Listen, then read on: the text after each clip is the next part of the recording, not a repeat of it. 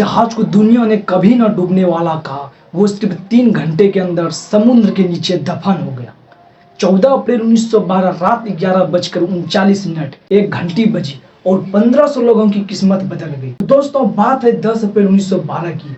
RMS Titanic दुनिया का सबसे बड़ा और सबसे लग्जरियस जहाज अपने जमाने का अपने पहले सफर पर निकलता है। यह जहाज साउथ एंटन इंग्लैंड से न्यूयॉर्क जा रहा था और इसके अंदर हर तरह के लोग बैठे थे, हर रईस, हर इंसान, हर टाइप के इंसान बैठे थे। बड़े बड़े इंडस्ट्रियल और एक्टर से लेकर इमिग्रेंट तक जो अमेरिका जा रहे हैं, एक बेहतर जिंदगी की तलाश में इस जहाज के कमांड संभाले हैं 62 साल के seniors captain Edwards John Smith. Passenger में, पब्लिक में और मीडिया में बहुत एक्साइटमेंट है। इस जहाज को लेकर बहुत बड़ी बात थी। ये दुनिया की सबसे बड़ी शिप 269 मीटर लंबा और 50 मीटर से भी ऊंचा है। इसमें जो लग्जरी इस्तेमाल की गई है वो दिल दहला देने वाली है। उस जमाने में शिप को बनाने की कॉस्ट लगभग $7.5 मिलियन थी। शिप के अंदर की फैसिलिटी और डेकोरेशन किसी 5 स्टार होटल को भी पीछे छोड़ देंगे। और तो और जिस तरीके से सेफ्टी फीचर्स का इस्तेमाल किया गया इस शिप को बनाने के लिए, इस जहाज को अनसिंकेबल माना जाता है। ये कैसी जहाज है जो कभी डूब ही नहीं सकती, क्योंकि इतना सेफ जो है।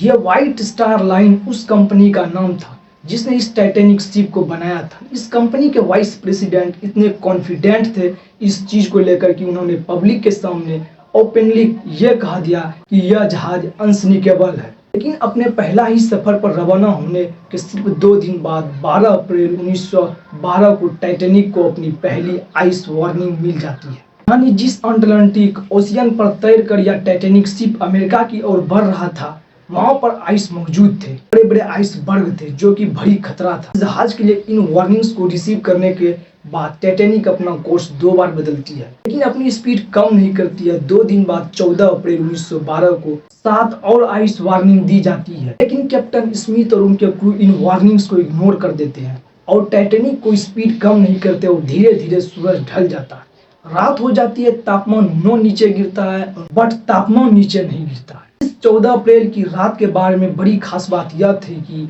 चांद भी बाहर नहीं आया था। मून के कोई मून लाइट नहीं थी, जो कि विजिबिलिटी बहुत कम थी। इस रात को जहाज के ऊपर एक रोज नेस्ट होता है, एक छोटा सा प्लेटफॉर्म जो काफी हाइट पर होता है, जिसे कि लुक आउट पॉइंट कह सकते हैं। इसमें होता है कि यहाँ पर किसी को बिठा कर रखा जाता है ताकि वह नजर रख सके कि आगे जहाज के आगे क्या आ रहा है, क्या होने वाला है। तो बंदा यहाँ पर बैठा था, उसे बड़ी ठंडी से सामना करना पड़ रहा था। बहुत ही तेज रफ्तार से ठंडी हवाएं चल रही थी। ऊपर से रात का वक्त था और जो ठंडी हवाएं चलने लग रही थी उनकी वजह से आंखों से आंसू आने लग जाते हैं, जिसमें आगे देखना और भी मुश्किल हो जाता है।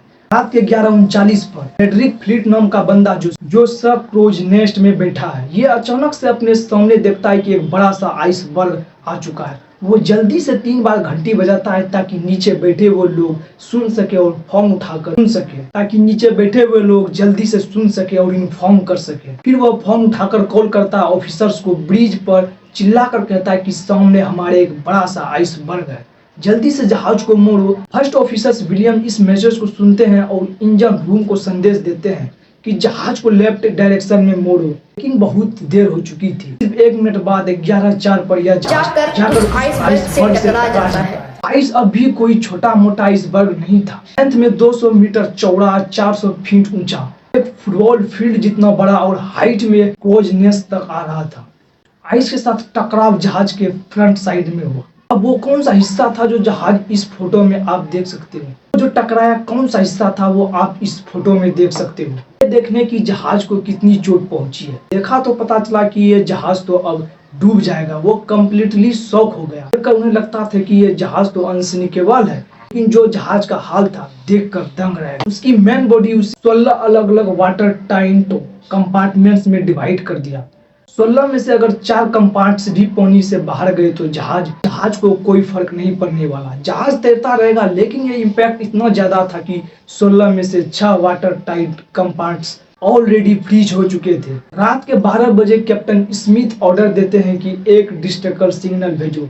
रेडियो पर जो आसपास जहाज होंगे वो शायद हमारे सिग्नल को पकड़ ले और हमें बचाने आ जाए। यहाँ पर जैक फिलिप्स हमारी कहानी के हीरो निकलते हैं। लगातार एक के बाद एक डिस्ट्रैक्ट सिग्नल भेजते रहते हैं, कोई रिस्पांस नहीं आता, भेजते रह जाते हैं। वो सोचने लगा कोई तो ऐसा जहाज होगा जो हमारे सिग्नल को पकड़ ले। इसके बाद एक जहाज जिसका नाम था RMS कार्पथियानिक जहाज के सिग्नल को पकड़ लेते हैं। रेडियो पर टाइटैनिक के ऑपरेटर से बात करते हैं और कहते हैं कि चलो जहाज को टाइटैनिक की ओर मुड़ा जाए, हमें उन्हें बचाने जाएंगे। प्रॉब्लम बस इतनी थी कि यह जहाज पास था, लेकिन फिर भी 107 किलोमीटर की दूरी पर। स्थिति इतनी थी कि अगर ये अपनी टॉप स्पीड पर भी जाए, उसके बाद भी इसको वहां तक पहुंचने में 35 घंटे का समय लगेगा। क्या इतने सारे घंटे में वो बचा पाएंगे? इसके बाद कैप्टन ऑर्डर दे देते हैं कि पैसेंजर्स को अब शिप में मौजूद लाइफ बोट्स में बिठाया जाए। लेकिन टाइम के साथ साथ एक के बाद एक कंपार्ट्स भी डूब गए। जहाज अब टिल्ट होने लगा। रात के 1 बजे तक पानी इतना ज्यादा भर चुका था आगे वाले कंपार्ट्स में भी, आगे वाला जो जहाज का हिस्सा था वो पानी के अंदर डूब चुका था। जब जहाज का डील इतना ज्यादा हुआ तो पूरी तरीके से हड़बड़ी मच गई। प्रॉब्लम बस इतनी थी कि सिर्फ 20 लाइफ बोट्स मौजूद थे। रात के 2.5 पर आखिरी लाइफ बोट उतर जाती है। टाइटैनिक से पानी के अंदर इन जहाज में अभी भी 1500 लोग बचे हैं। शिप में रात के 2:05 पर आखिरी लाइफ बोट उतर जाती है। टाइटैनिक से पानी के अंदर इन जहाज में अभी भी 1500 लोग बचे हैं।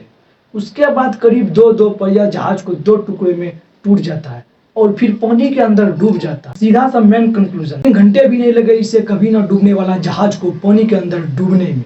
तो सारा मेन कंक्लूजन निकलता है 2:20 और इंसान का सबसे बड़ा सपना अटलांटिक की गहराइयों में डूब चुका था। जिस जहाज को अनसिंकेबल कहा गया, उसे डूबने के लिए बस एक बर्फ का पहाड़ी काफी था। उस रात सिर्फ 1500 लोग नहीं मरे, टूटा था इंसान का घमंड। 14 अप्रैल 1912 ने दुनिया को एक सबक सिखा दिया, चाहे टेक्नोलॉजी कितने भी आगे क्यों न बढ़ जाए, प्रकृति से बड़ा कुछ नहीं है। और आज भी 12,000 फीट नीचे RMS टाइटैनिक की खामोश लाश उस रात की कहानी समंदर की गहराइयों में दफन की बैठी। तो दोस्तों आज के वीडियो में इतना ही, मिलेंगे नेक्स्ट वीडियो में।